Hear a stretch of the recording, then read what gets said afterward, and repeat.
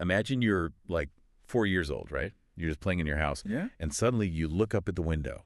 Okay. And there, literally pressing his face against the glass, is God. Oh, wow.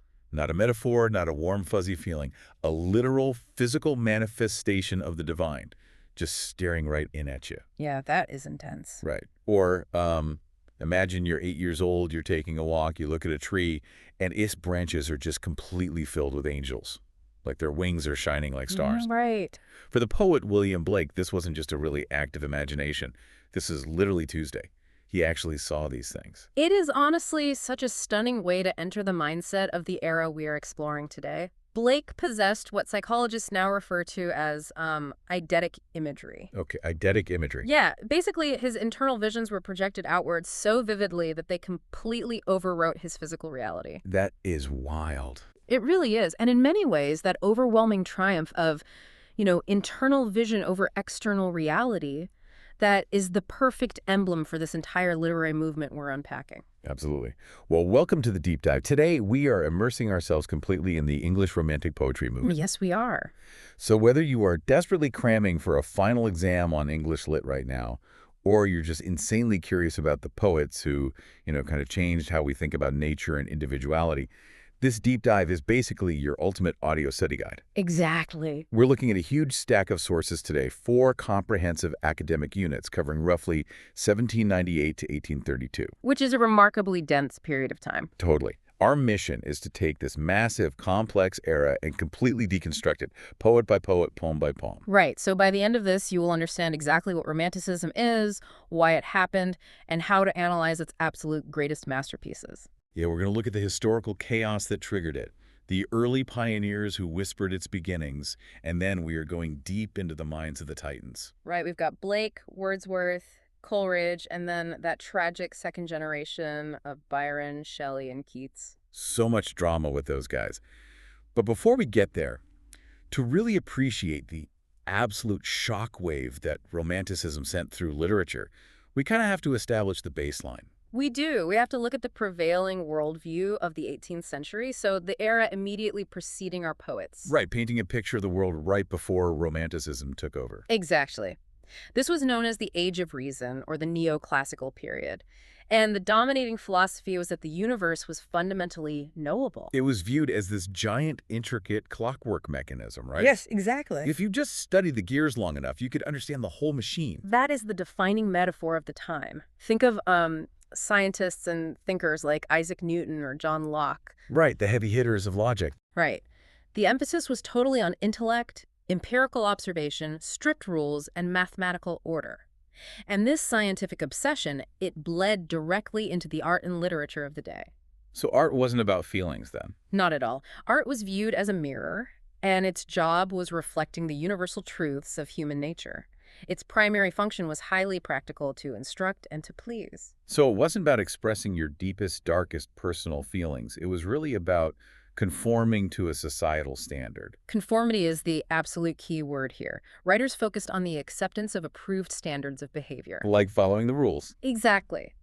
Careful, meticulous workmanship was the hallmark of a good poet. They didn't want wild innovation at all. They valued the imitation of classical models from ancient Greece and Rome, specifically epic poets like Homer and Virgil. Okay, which brings us to the actual mechanics of how they wrote. Because if the universe is a neat, ordered clock, the poetry has to sound like a neat, ordered clock, right? Precisely, and that gave us the heroic couplet. Ah, the heroic couplet. Yeah. It was the absolute gold standard of the 18th century, championed by writers like Alexander Pope. So for anyone who might be fuzzy on the terminology, a heroic couplet consists of 2 consecutive lines of rhyming poetry written in iambic pentameter. Right, which means 10 syllables per line, alternating unstressed and stressed beats, sort of like a heartbeat. D D D D D D D Yeah, D yeah, D. exactly. And the 2 lines rhyme at the end. It's incredibly contained. It's basically like taking a thought, folding it up into a perfectly symmetrical little box, and tying a really neat bow on top. That's a great way to put it. Because there is literally no room for sprawling, chaotic emotion when you have to hit that exact rhyme every 10 syllables. Right, and that creates a static, highly intellectual reading experience. The neoclassical writers were interested in describing the common, universal qualities of humanity. Like the basic human types. Exactly. They were writing for an elite, highly educated social circle in London. They had absolutely no interest in celebrating how entirely unique, bizarre, or emotionally volatile an individual might be. Okay, let's unpack this, because that manicured clockwork world didn't just fade away politely. Oh, not at all. It was violently dismantled. Hmm. We can't dive into the poetry of the Romantics without understanding the absolute chaos of the world that birthed it. Yes. Right. This transition didn't happen because a few poets simply got bored of rhyming couplets. The world was practically on fire. It really was. The late 18th and early 19th centuries saw unprecedented upheaval on two massive fronts, the economic and the political. So let's start with the economy. Okay, so the primary catalyst there was the transition from a society rooted in agriculture to a modern, industrialized one. And we can trace a lot of this back to a single technological leap. James Watt. Yes, James Watt's improvement of the steam engine in 1765. Right, because before steam, if you wanted to run a mill, you had to build it next to a fast-flowing river for water power. Exactly, you were geographically limited. But once you have a steam engine fueled by coal, you can just build a massive factory absolutely anywhere. Right. And the geographic and social implications of that were staggering. It completely changed the means and pace of production.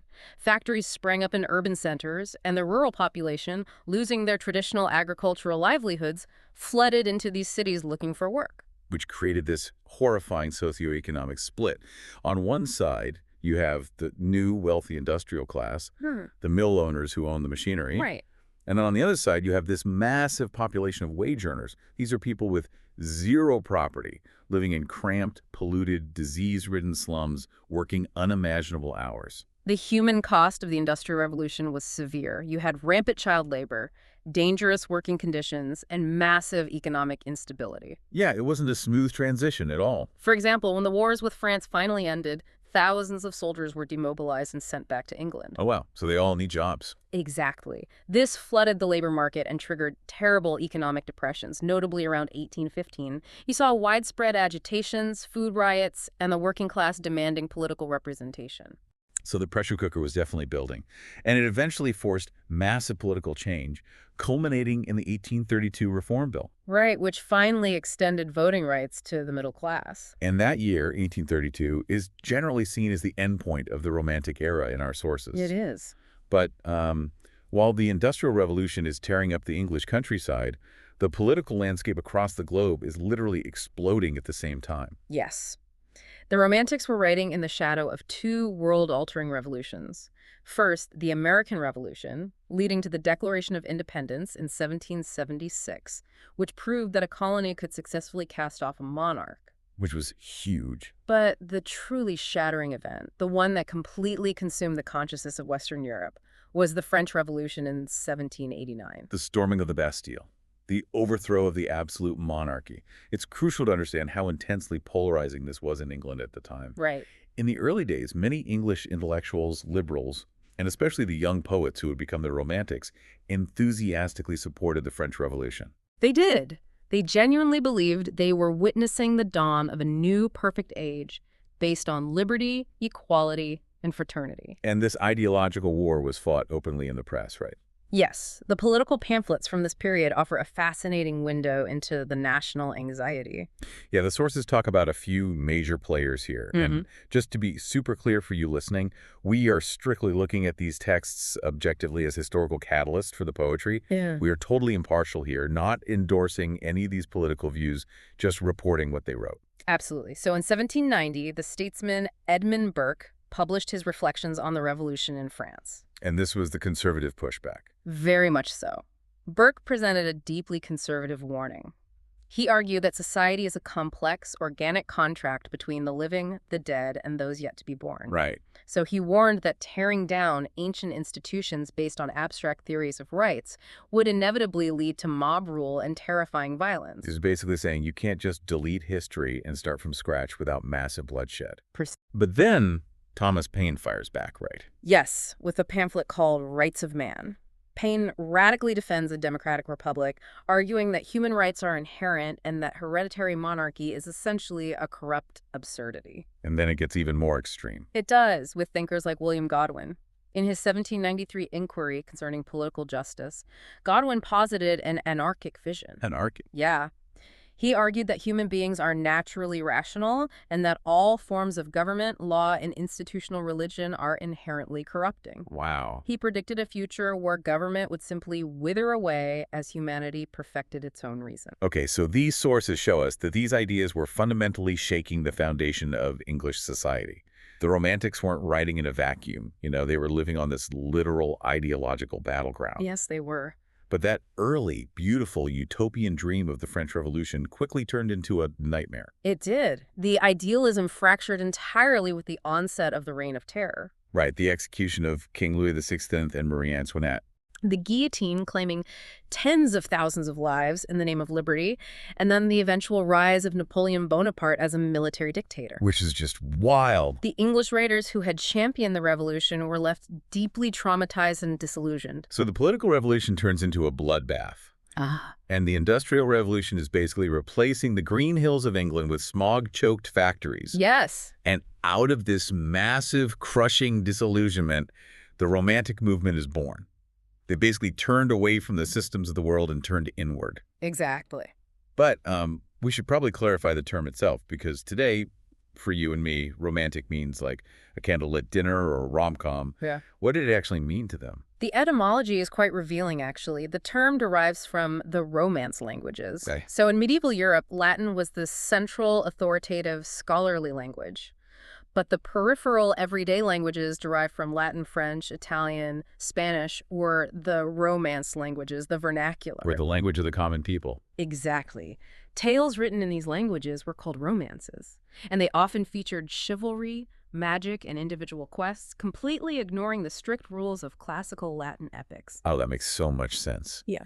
So calling this movement Romanticism was a very deliberate signal. It was. It meant prioritizing the peripheral over the central authority. It implied something unique, vernacular, perhaps bizarre, and entirely outside the polite establishment. Yes. It was a total rebellion against neoclassical conformity. Instead of focusing on society, urban life, and intellect, Romanticism pivots to the individual, the emotional, and the dynamic natural world. And crucially, it democratized the subject matter of literature. It really did. We stopped getting these massive, stuffy epics about Greek generals and English kings. Right. Suddenly we are getting deeply serious, emotionally profound poems about everyday people. Leech gatherers, young girls reaping wheat in the highlands, people dealing with rural poverty. Yes.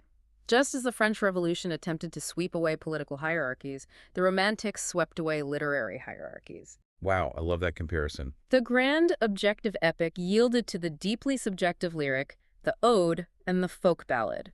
The highly cultivated artificial speech of the elite was rejected in favor of the everyday language of common people. It was a huge philosophical shift. It placed the unique individual experience at the very center of reality, elevating the creative imagination way above cold rationality. Absolutely. But sweeping literary changes like this don't just happen on a Tuesday, right? No, they don't. There were whispers of this new era well before the major Romantics arrived.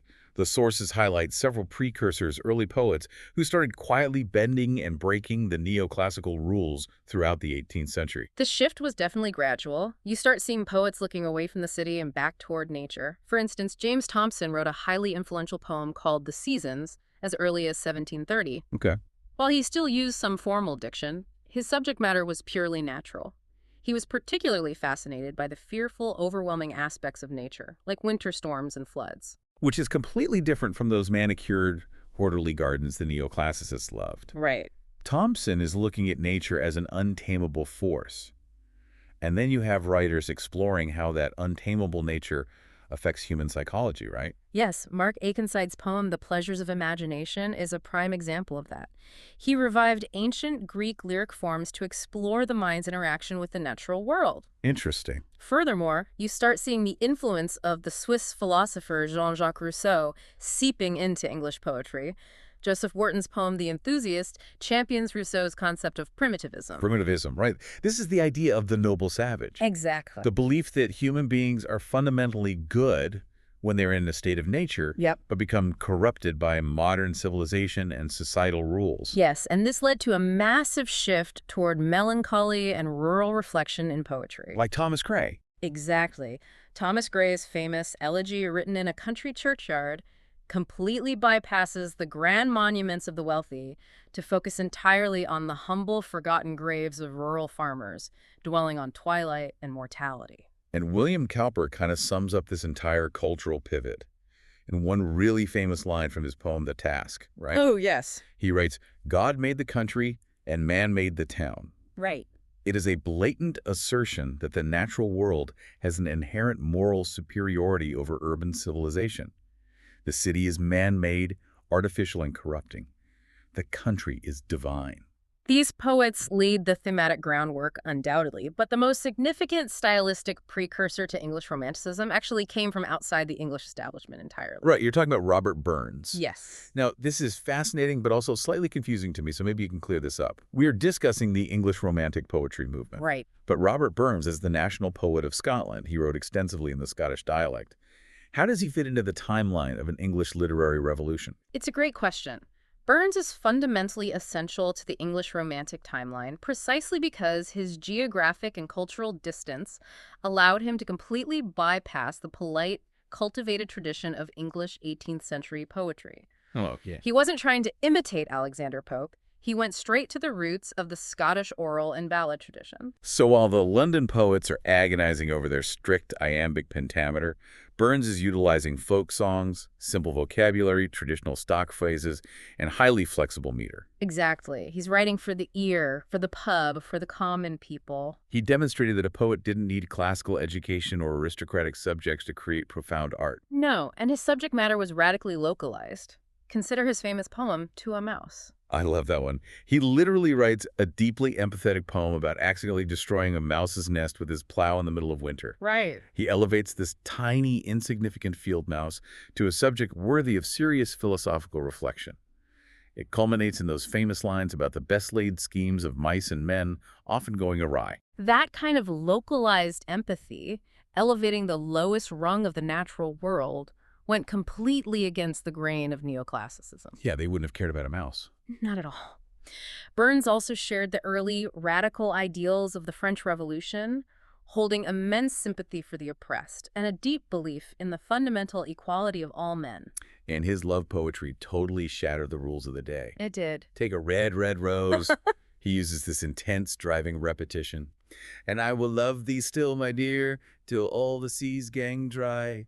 Till all the seas gang dry, my dear, and the rocks melt with the sun. Beautiful lines. But the neoclassical poets would have viewed that repetition as an utter failure of vocabulary. Right? Oh, they would have hated it. They thought poetry should be economical. But Burns uses repetition to create an incantatory, almost hypnotic emotional effect. He really proved that the real language of men, drawn from folk literature and driven by raw emotion, could create poetry of the highest order.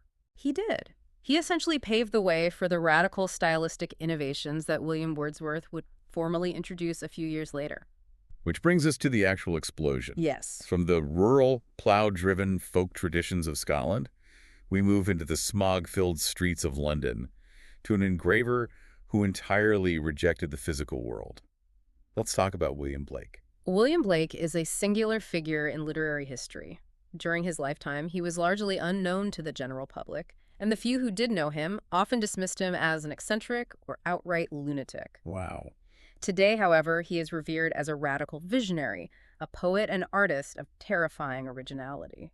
Yeah, we started the deep dive with the story of Blake seeing God at the window. His mind was wired in a way that is kind of hard for us to comprehend. It is. To Blake, the physical world, the things you could touch and measure, was just a faint, decaying shadow of the true spiritual reality.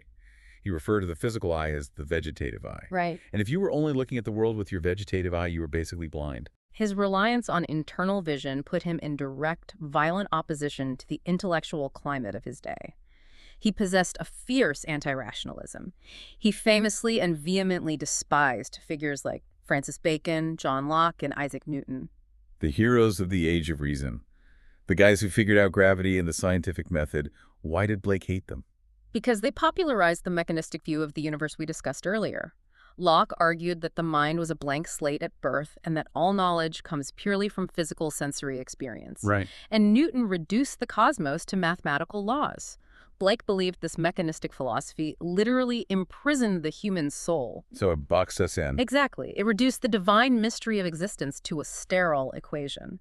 Blake declared he came in self-annihilation to cast off rational demonstration and to clothe mankind with inspiration and imagination. And he didn't just write these ideas down, right? He quite literally manufactured his poetry through a completely new medium. Yes. He was a trained visual artist, and he invented a process he called illuminated printing. What's fascinating here is the process itself is a testament to his genius. Instead of using movable type, Blake would write his poems backward onto copper plates using an acid-resistant liquid. Backward. That's insane. Right, and then he would draw his intricate illustrations around the text. Then he would bathe the copper plate in acid. So the acid would eat away the untreated copper, leaving the text and illustrations standing in relief. Exactly. He would ink the plate, print it on paper, and then he and his wife Catherine would hand-paint every single impression with watercolors. Wow. So if you bought a book from William Blake, you weren't just reading text. You were holding a fused multimedia experience of poetry and visual art, completely handmade. No two copies were exactly alike. Never. And the masterpieces of this illuminated printing method are his two companion volumes, The Songs of Innocence, published in 1789, and The Songs of Experience, published in 1794. Right, and our sources note that to decipher these works, we have to understand Blake's triadic view of history and human development. Yeah. He viewed the timeline of the human soul in three distinct stages. Stage one is innocence. Think of, like, the Garden of Eden. Right. It's a state of genuine love, trust, and unself-conscious joy, usually represented by childhood. But it's also vulnerable because it hasn't been tested. Stage two is experience. This corresponds to the fall of man. The fall, yeah. This is when the individual encounters the harsh realities of the adult world, cruelty, hypocrisy, sexual repression, and societal corruption. It is a state of bitter disillusionment. But Blake doesn't want you to stay there. Yeah. Right, the goal isn't just to be bitter forever. Oh, not at all. Stage three is a higher redemption, an organized innocence, where you integrate the knowledge of experience with the joy of innocence. So these two books, Innocence and Experience, represent what Blake called the contrary states of the human soul. And he designed the poems to be read against each other. The most famous pairing is the lamb from Innocence and the tiger from Experience. Oh, I remember these. In the lamb, the speaker is an innocent child. The language is utterly simple, mimicking a nursery rhyme. The child asks the lamb, "Little lamb, who made thee? Dost thou know who made thee?" And the child immediately answers his own question. He says the Creator is also called a lamb, and that the Creator became a little child. It's this beautiful, comforting vision of a gentle, unifying God who intimately shares in the nature of his creations. Everything is soft, green, and harmonious. But then you turn the page to Experience, and you encounter the tiger. The contrast is physically jarring. Even the spelling, right? T-Y-G-E-R. Yes, it feels ancient and wild, and instead of a gentle, pastoral creator, Blake presents a terrifying cosmic blacksmith. The rhythm of the poem itself is so aggressive. Blake writes it in trochaic tetrameter. Right. So instead of the gentle da-doom heartbeat of iambic meter, trochaic meter puts the stress on the first syllable. Yeah. Tiger, tiger, burning bright in the forests of the night. It literally sounds like a blacksmith swinging a heavy hammer against an anvil. That's a perfect description. The poem fires off 14 relentless rhetorical questions in just 24 lines. Oh. The speaker asks what immortal hand or eye could frame the tiger's fearful symmetry. He imagines the creator wielding hammers, chains, and anvils to forge the beast's brain. And the poem culminates in the ultimate theological question, the problem of evil, or theodicy. Yes. Blake asks, did he smile his work to see? Did he who made the lamb make thee? It is the ultimate paradox. How can the same God who created the gentle, innocent lamb also design this ferocious, terrifying apex predator? Really makes you think. Blake weaves in massive allusions to Greek mythology to heighten the stakes, too. He asks, on what wings dare he aspire? Evoking the myth of Icarus, who flew too close to the sun. He asks, what the hand dare seize the fire? Alluding to Prometheus, who stole fire from the gods. So whoever made this tiger has to be more daring than Icarus and Prometheus combined. Exactly. And the poem doesn't answer the question. It just forces the reader to stand in the fire of experience and confront the terrifying duality of existence. But Blake's poetry of experience isn't solely theological. It is deeply, fiercely rooted in social protest against the institutions of his day. Right. We see this vividly in his two versions of the chimney sweeper. The historical context here is absolutely vital. In the late 18th century, small children, usually orphans or kids sold by destitute parents, were forced to climb up into narrow, dark, soot-filled chimneys to scrub them clean. Yes. They suffer from stunted growth, suffocation, and horrible rates of cancer. It was a horrific form of legalized child abuse. Truly horrific. Yeah. In the Songs of Innocence version of The Chimney Sweeper, the poem is narrated by a young child who was sold before he could even speak properly. Oh, man. He lisps whip, whip, because he can't pronounce the word sweep. He introduces us to a new boy, little Tom Dacre, who cries when his curly hair is shaved off. The narrator comforts Tom by saying that with his head shaved, the soot can't spoil his white hair. The speaker compares Tom's shaved head to a lamb's back, which again brings in that theme of sacrificial innocence. But the real gut punch of the poem is Tom's dream that night. Yes. Tom dreams that thousands of sweepers are locked up in coffins of black, a clear metaphor for the chimneys and their inevitable deaths. So dark. But an angel arrives with a bright key, opens the coffins, and the boys run free down a green plain to wash in a river and shine in the sun. And the angel tells Tom that if he is a good boy, he'll have God for his father and never want joy. Right. So Tom wakes up in the dark, cold morning, grabs his brushes, and goes to work in the soot, feeling happy and warm, believing that if all do their duty, they need not fear harm. It is an incredibly bitter, devastating piece of irony. It really is. Because the child is genuinely innocent and finds comfort in the dream. But Blake, speaking to the adult reader of experience, is launching a vicious attack on the institutional church. He's exposing how religion is used as a tool of social control.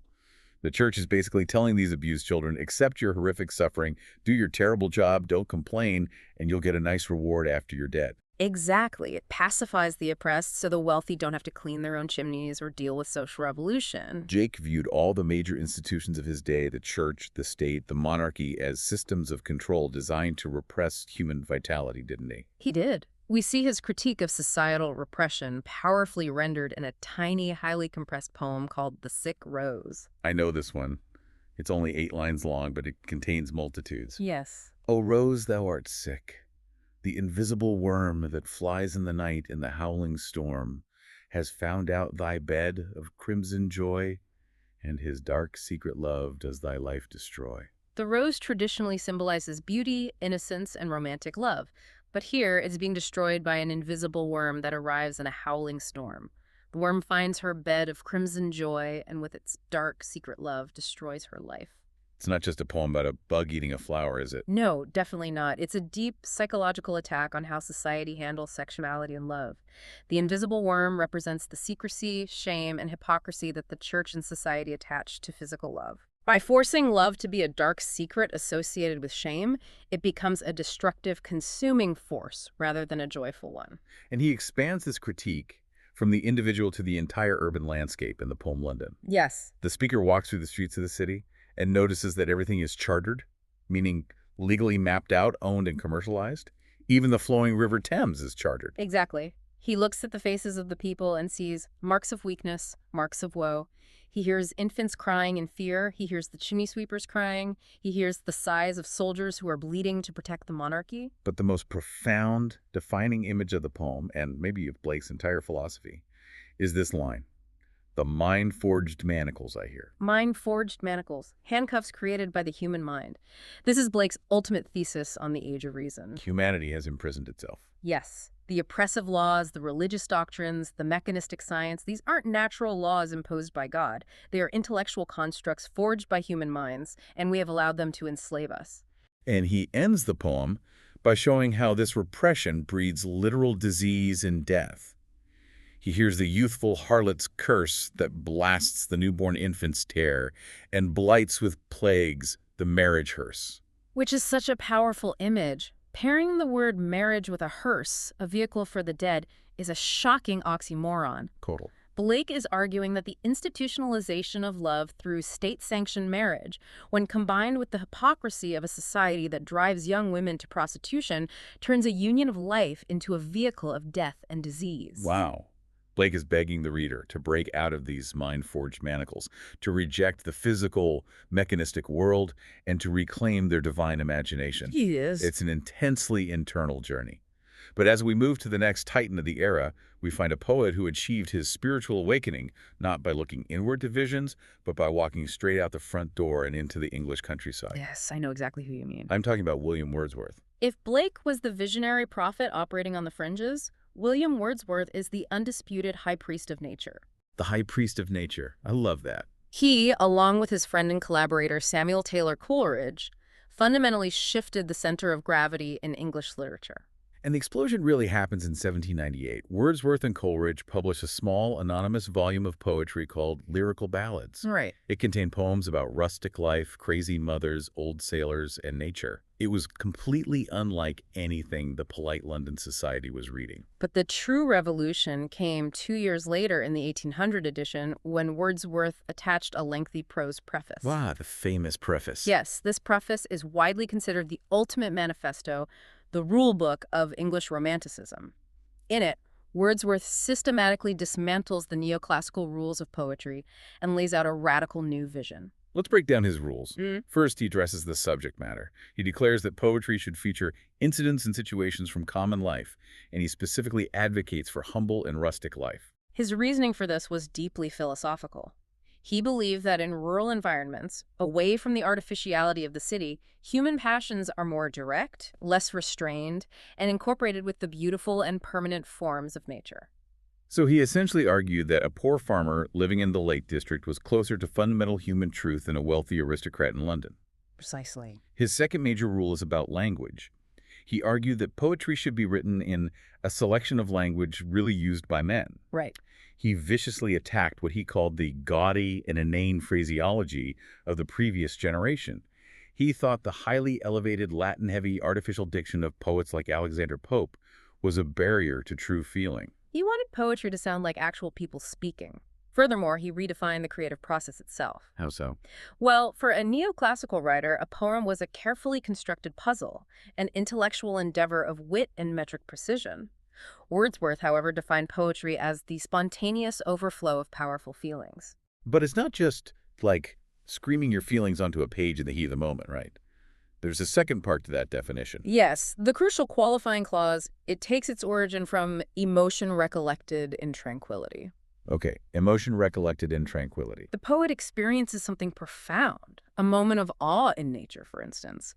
But the poem isn't written then. The poet returns home, enters a calm state of tranquility, and deeply contemplates that memory until the original emotion is literally reproduced in the mind. Right. That is when the composition begins. It is an act of memory and psychological processing. Okay, I have to step in here with a bit of a reality check on Wordsworth. Oh. Because when you actually read his later masterpieces, there's a massive hypocrisy between his theory and his practice. How do you mean? Well, he claims he wants to write in the simple language really used by everyday men. But you look at a poem like his famous Ode, Intimations of Immortality, and he is tossing around words like celestial and apparelled and using these highly inverted Latin phrasings like by the vision splendid or the philosophic mind. That's a fair point. It doesn't sound like a farmer speaking. It's a bit like a modern Hollywood director going on a press tour claiming they are making a gritty, realistic, iPhone-shot indie film. But then you watch it and realize they secretly used $50 million of CGI in post-production to make it look that way. That is a very apt, highly valid criticism. And it's one that his own collaborator, Coleridge, would meticulously point out years later. Oh, really? Yes. Wordsworth was eventually forced to realize that the demands of expressing profound, complex philosophical truths often required him to transcend his own rigid rules about rustic diction. Right. However, while his diction sometimes slipped back into elevation, his deep psychological exploration remained revolutionary. And nowhere is that more evident than in his magnum opus, The Prelude. The Prelude is an absolute behemoth of a poem. It is a 14-book blank verse epic. Yes, it is. Blank verse meaning it has the iambic pentameter heartbeat, but it doesn't rhyme at the ends of the lines. It's subtitled Growth of a Poet's Mind.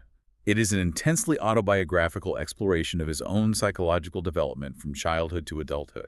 And historically, it has a rather amusing context. It was originally intended merely to be the introductory prologue, a warm-up exercise, really for a much larger, overarching philosophical epic he planned to call The Recluse. But he never actually finished The Recluse, did he? No, he just spent his entire life obsessively rewriting this prologue, tweaking it for decades, and his widow only published it after he died in 1850. Here's where it gets really interesting, though, because what makes the Prelude a masterpiece is its structural architecture. Exactly. Unlike previous epics that moved strictly chronologically from event to event, Wordsworth organizes the prelude psychologically. He anchors the entire epic around a concept he coined, spots of time. Spots of time. These are those vivid, intensely formative childhood memories. Usually for Wordsworth, they involve moments of extreme fear, guilt, or awe experienced alone in the natural world. Right. These memories are stored deep in the unconscious mind. And as an adult, when he is feeling crushed, depressed, or alienated by the modern urban world, his mind can spontaneously revisit these spots of time, and they release this incredible, redemptive, healing, visionary energy. Let's examine how he establishes this in Book 1. The poem begins with the adult Wordsworth physically escaping the vast city. Yes. As he walks into the country, he feels a physical, gentle breeze on his skin, but he immediately notes that this external breeze triggers a corresponding mild creative breeze within his own mind. He establishes a profound symbiosis there. The external forces of nature are directly linked to the internal forces of human imagination. But nature isn't just pretty flowers and gentle breezes for Wordsworth, is it? It can be terrifying. And that brings us to the famous stolen boat episode in Book 1, which is a perfect example of a spot of time. The setup is simple. Young Wordsworth, out in the evening, finds a small boat, an elfin pinnace tied to a willow tree. He unchains it, essentially stealing it for a joyride, and rows out onto the lake under the starlight. He's feeling pretty proud of himself. He's rowing hard, fixing his eyes on a craggy, rocky ridge on the shore to keep a straight line. Right. But as he rows further out into the deep water, the perspective shifts.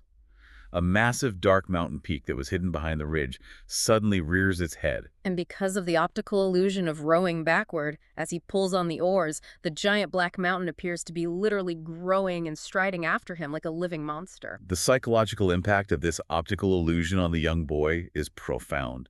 He is struck by genuine terror. He rapidly rows back, returns the boat, and goes home. But the memory haunts him. For days, his brain is possessed by a dark and inscrutable workmanship. He stops seeing the familiar, friendly shapes of trees and fields. Instead, massive, moving forms trouble his dreams. He realizes that nature isn't just passive scenery. Nature is an active, conscious, moral guardian. It used the terrifying illusion of the mountain to punish him for stealing the boat, to humble his ego, and to reveal what he calls unknown modes of being. Through awe and fear, nature expands his consciousness. It is the fusion of the limited, finite human mind with the infinite, eternal power of the universe. If we pull back and look at the philosophy here, it's incredibly profound. Yes, if we connect this to the bigger picture, Wordsworth's deep communion with nature bears a striking resemblance to the underlying tenets of the Indian philosophy of yoga. Oh, interesting. How so? Specifically the path of connecting the individual self, the Atman, to the universal consciousness Brahman. The belief is that through direct, reverent interaction with the natural world, the mind quiets its constant chatter. By perceiving the deep harmony in nature, the finite individual mind merges into the infinite source of life. Wordsworth describes exactly this state in his poem Tintern Abbey, where he says, "We are laid asleep in body and become a living soul, allowing us to see into the life of things." Yes. It's an incredibly uplifting spiritual philosophy. As long as you maintain your connection to nature, you can access the divine. However, Wordsworth's view of a benevolent, universally healing nature hit a brick wall when it came to his closest friend and collaborator. Ah, yes. While Wordsworth looked at a tree and saw the moral guardian of the universe, Samuel Taylor Coleridge looked into the darkest corners of human psychology and the supernatural and found something entirely more complicated. Let's shift our focus to Coleridge, then. He was the other half of the lyrical ballads duo, but he was a very different kind of thinker. He was. He was a true polymath, a deeply learned philosopher, a rigorous literary critic, and a poet. And as the years went on, he began to fundamentally disagree with Wordsworth's theories. Coleridge codified these disagreements in his seminal critical autobiography, Biographia Literaria, published in 1817.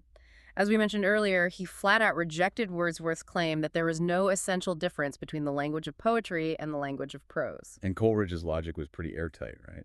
Yes, it was. He argued that a poet makes a conscious choice to use meter to arrange the words in a specific rhythmic pattern.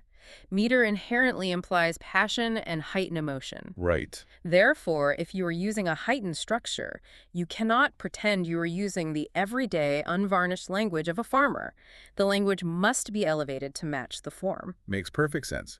But beyond his critique of Wordsworth, Biographia Literaria is most famous for Coleridge's definition of the creative process. Yes, specifically his intricate distinction between two mental faculties, fancy and imagination.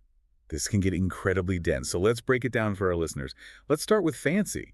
Coleridge thought fancy was a lesser mechanical power. Exactly. He viewed fancy as merely an associative memory function. It takes existing images and concepts that you've experienced and simply shuffles them around in a linear, temporal way. So it's not actually creating anything. No, it doesn't create anything truly new. It just rearranges the old furniture of the mind. This is how he viewed the poetry of the 18th century neoclassicists. So to put it in modern terms, fancy is like taking a box of Lego bricks and following the instruction manual to build a house. You're just combining pre-existing pieces in a logical order. That's a great analogy. But imagination, specifically what Coleridge called the secondary imagination, is entirely different. Secondary imagination is a mystical, organic, godlike power within the human mind. Coleridge wrote that it dissolves, diffuses, dissipates in order to recreate. Wow. It doesn't just shuffle memories, it melts them down and fuses them into an entirely new living truth. It mediates between man and nature, shaping a new reality. To stick with the analogy, if fancy is snapping Legos together, imagination is throwing the Legos into a furnace, melting the plastic down, and forging it into a perfectly smooth, unbreakable, glowing sphere that has never existed before. A very apt analogy. And Coleridge put this theory of the melting, fusing power of imagination to the ultimate test in his most famous, most analyzed, and arguably most bizarre poem, Kubla Khan. The origin story of Kubla Khan is the stuff of literary legend. Coleridge is staying in a lonely farmhouse in Somerset. He is suffering from an illness, so he takes a prescribed dose of laudanum, which is an opium-based painkiller. Right. He falls asleep in his chair while reading a history book about the ancient Mongol emperor Kubla Khan. According to the preface, Coleridge wrote, when he finally published the poem in 1816, he slept for 3 hours, during which time he hallucinated a complete, perfectly formed poem of some 200 to 300 lines. 300 lines. The images rose up before him as literal things, accompanied by the exact words to describe them, without any conscious effort on his part. The ultimate spontaneous overflow. So he wakes up, grabs his pen, and frantically starts writing down this masterpiece. He gets about 54 lines down, and then there's a knock at the door. He is interrupted by what he cryptically called a person on business from Porlock. The person from Porlock. Yes, he is detained for an hour. When he returns to his desk, the vision has completely evaporated, leaving only vague, scattered memories.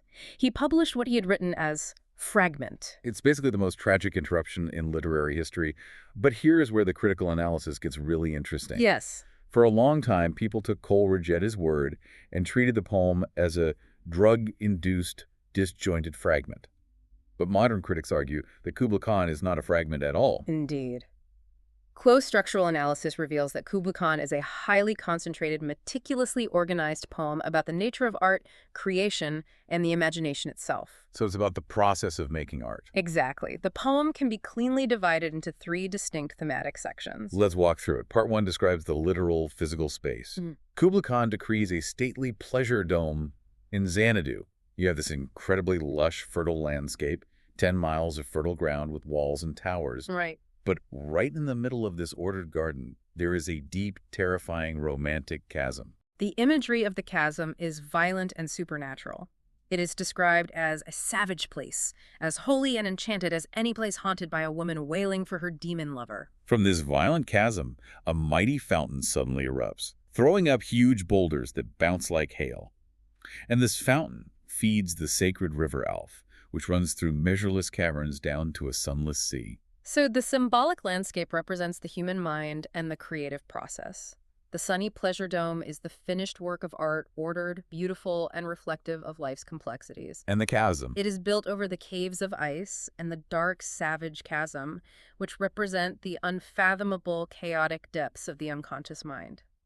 The erupting River Alf is the violent surge of inspiration. Oh, that makes sense. This first section symbolizes the tumultuous process of creative genesis, where opposing forces light and dark, heat and ice, order and chaos are miraculously reconciled by the imagination. Then in part 2, the scene suddenly shifts entirely away from Xanadu. The poet speaks in the first person and remembers a vision he once had. He sees an Abyssinian maid playing a dulcimer and singing at Mount Abora. This section shifts from the creation of art to the transcendence of art. The maid represents a celestial, ideal figure of artistic perfection. Her song is pure, unearthly beauty. The poet yearns to revive her symphony and song within himself to capture that ultimate inspiration. Which perfectly sets up part 3. The poet declares that if he could capture that celestial music, he would build that dome in air. He would become a vessel of pure imagination. Right. But he warns that this power is terrifying. He says people would look at the fully realized poet and cry, "Beware, beware," his flashing eyes, his floating hair. They would weave a circle around him 3 times in holy dread because he is fed on honeydew and drunk the milk of paradise. The conclusion is a profound defense of the dangerous revolutionary power of the true artist. A poet armed with the ultimate secondary imagination is not a polite entertainer. He is a terrifying, almost demonic force of truth who has touched the divine. It's an incredible high, but it raises a devastating question, Yes. This raises an important question. If a romantic poet's entire existence, their entire connection to the divine, relies on this organic, magical power of imagination, what happens when that power fails?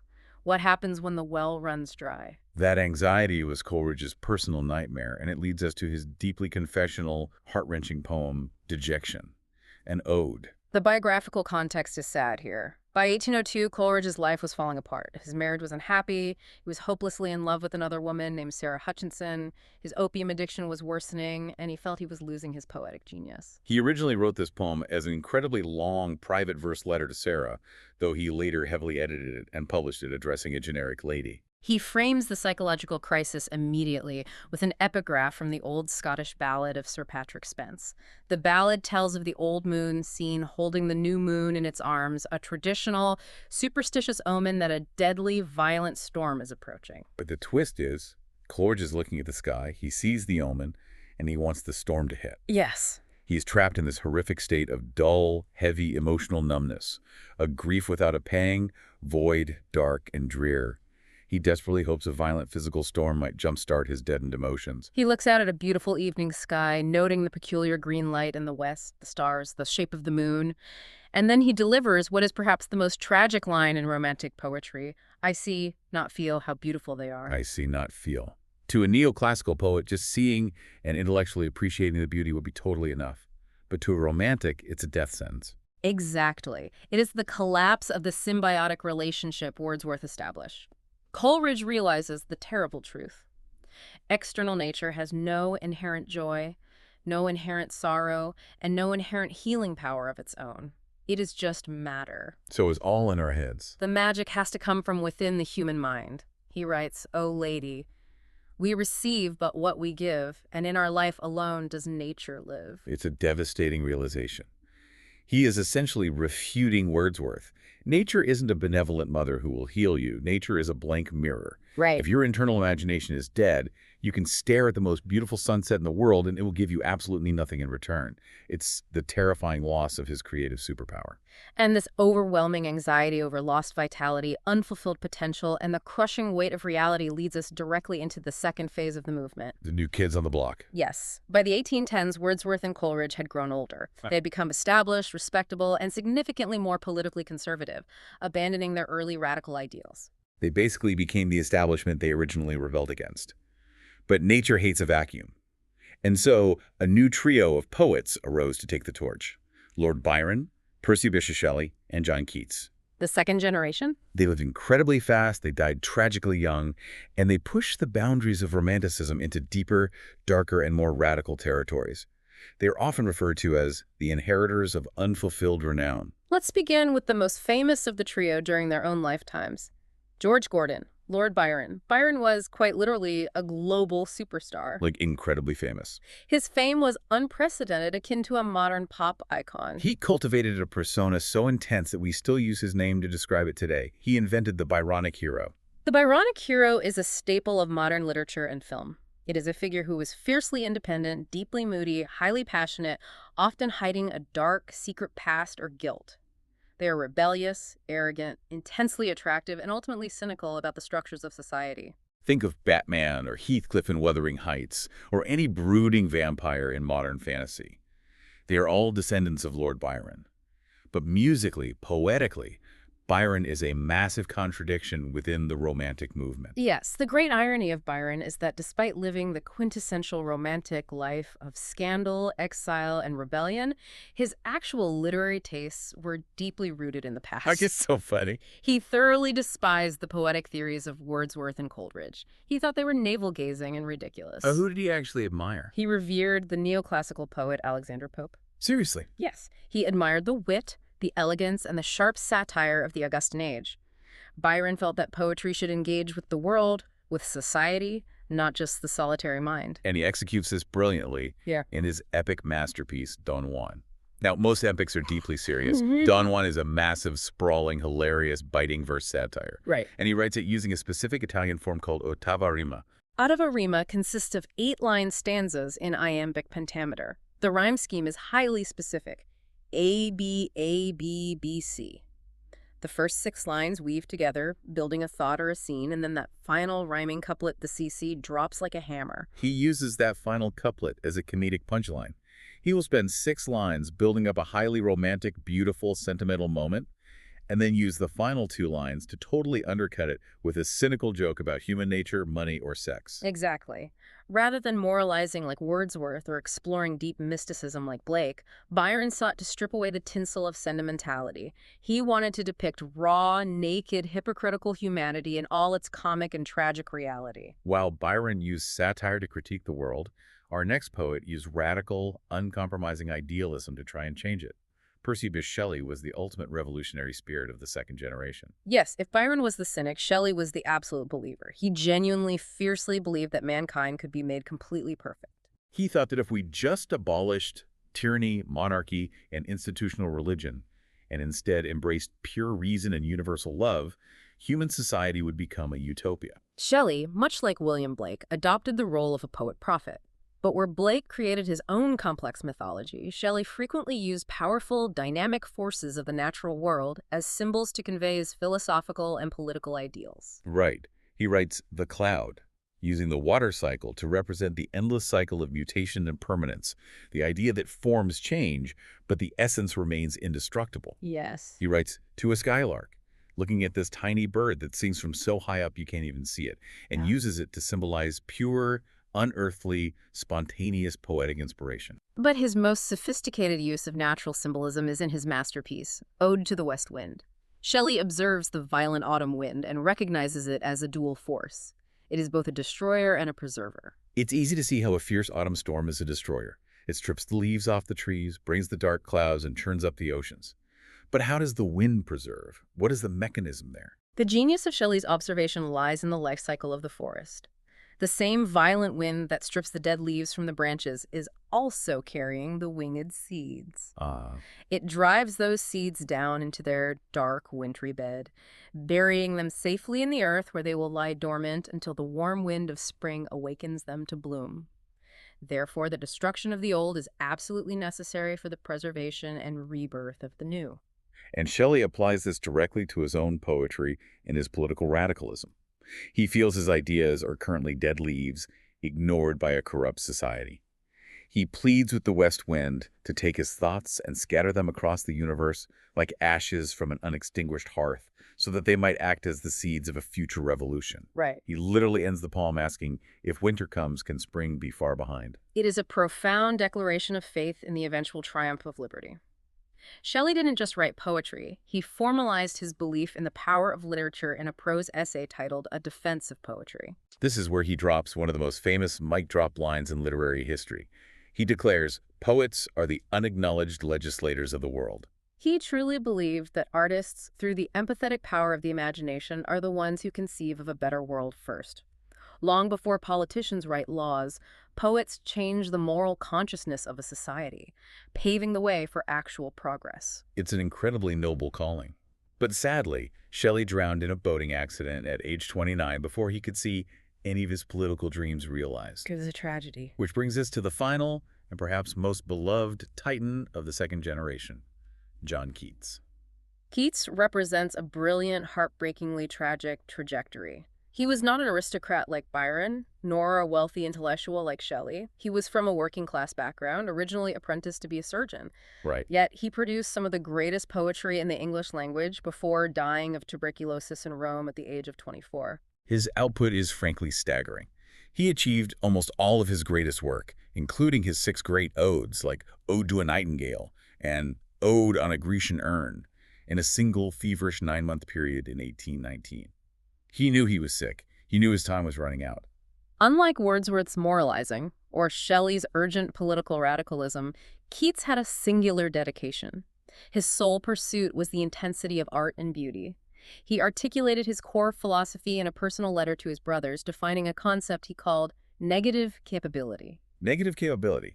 It sounds like a bad performance review, but it's actually a profound state of mind. What does it mean? Keats defined negative capability as the ability of an artist to exist in uncertainties, mysteries, doubts, without any irritable reaching after fact and reason.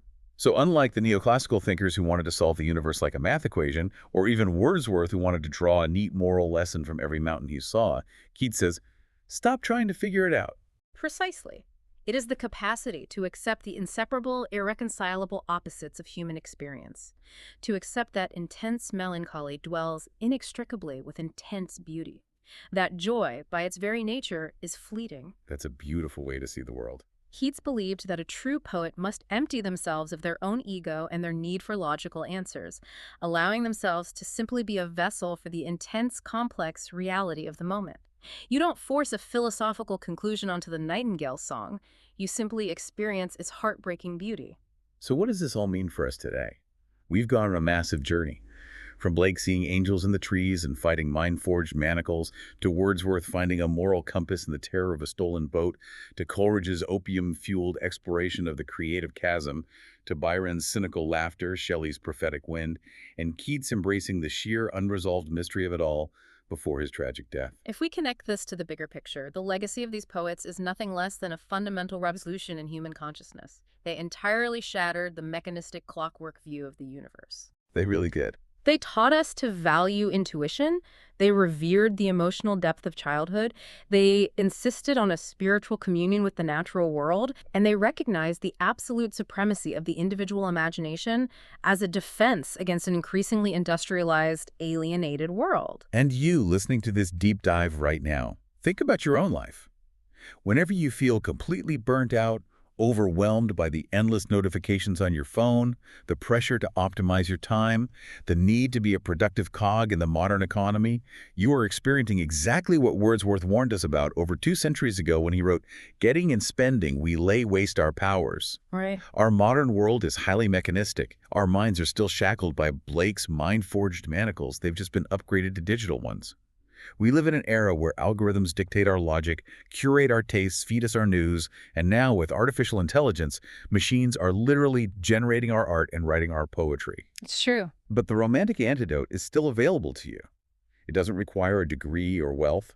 It's the simple, radical act of stepping outside, looking at a tree or a starlit sky or a stormy ocean, and letting your imagination run wild without needing to monetize it, optimize it, or rationalize it. The enduring power of the romantic vision is the desperate human need to feel, not just to calculate. To recognize that the internal landscape of the mind is as vast and vital as the external world. Which leaves you with a final thought to mull over today. In our current hyper-digital era, where cold logic and algorithmic predictability are threatening to totally consume the human experience, are we on the verge of a new romantic rebellion? Who will be the William Blake of the 21st century to shatter our screens and remind us of the divine fire inside the human mind? Thank you for joining us on this deep dive into the Romantic poets. Stay curious.